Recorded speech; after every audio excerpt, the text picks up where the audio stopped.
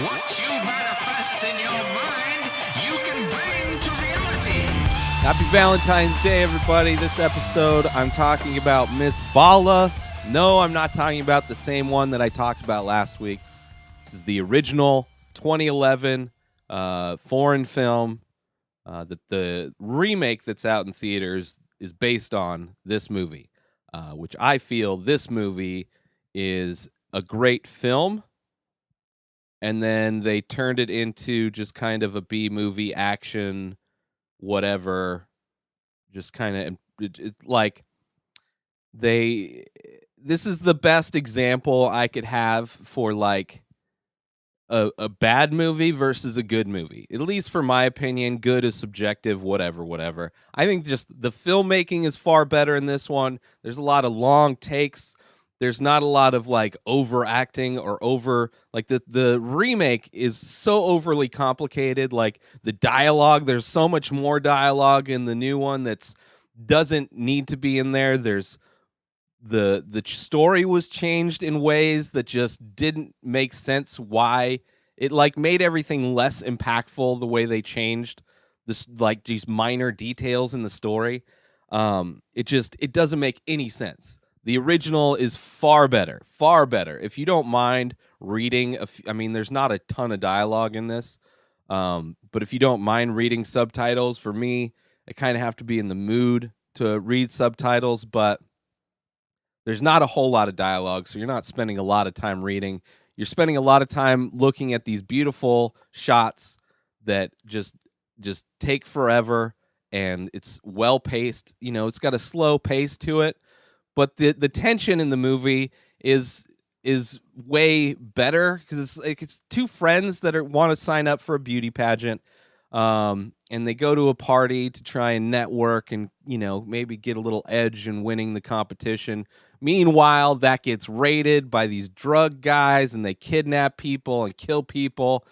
And in both movies, she ends up looking for a friend. In the original, they're both signed up to be these beauty queens, and instead of her friend having a son, the boy in the movie is just the main character's younger brother, who has, and they have, their dad is shitty and doesn't really give a fuck about either of them. So the dynamic is different and makes more sense in this one, where the other one, I think they changed it to make it seem more impactful. Like, oh, the mom is missing, but they like the way they treated that kid in the movie is just like he was so just forgettable. Like he wasn't like you could tell that they changed the thing because it's like, oh, we know this is going to make people care more, but they didn't bother to make sure that it made sense in the rest of the film.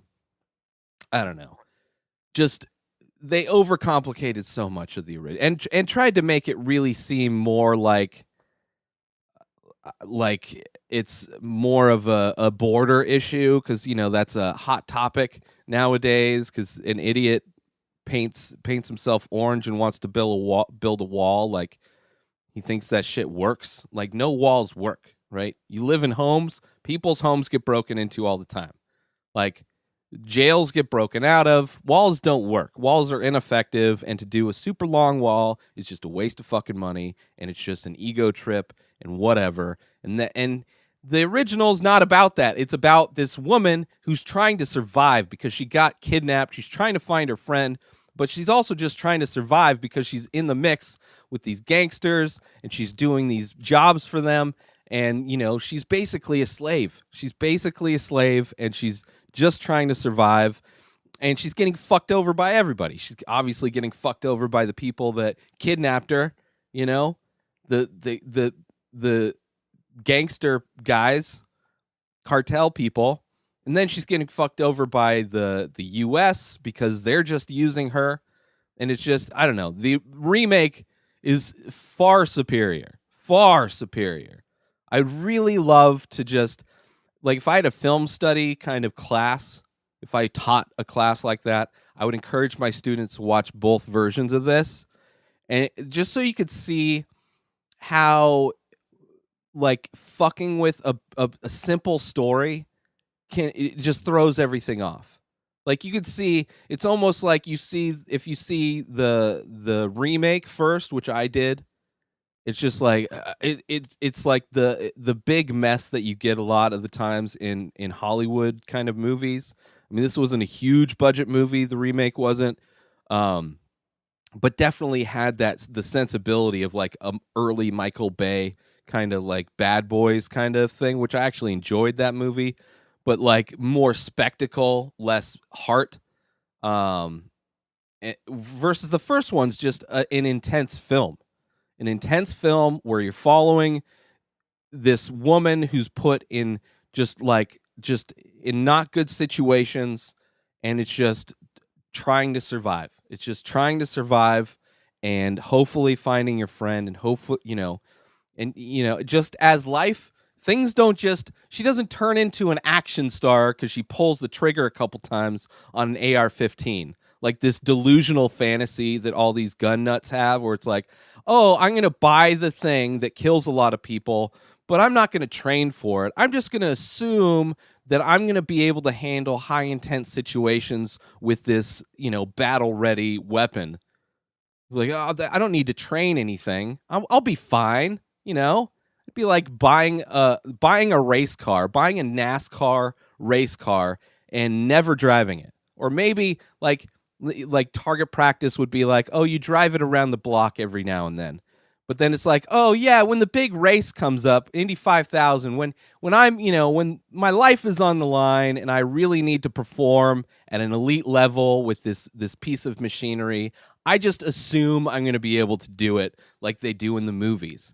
And that's what the remake has, the dashing, the kind of ignorant gloss that people in this country like are obsessed with.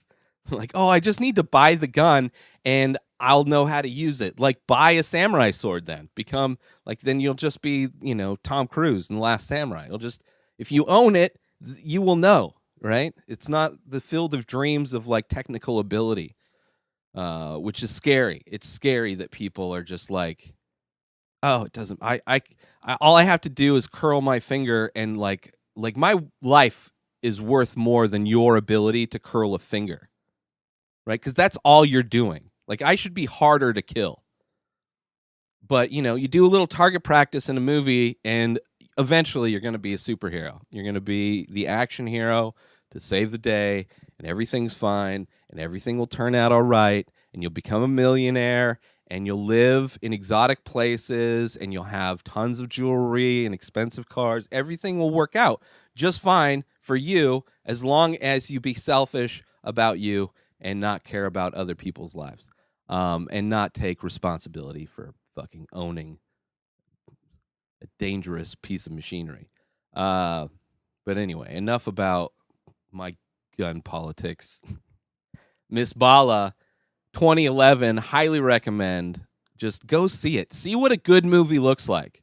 Like this would, if the DC movies are so much like all of the DC movies that are coming out are just so disappointing because like they throw a shitload of money into making something highly mediocre.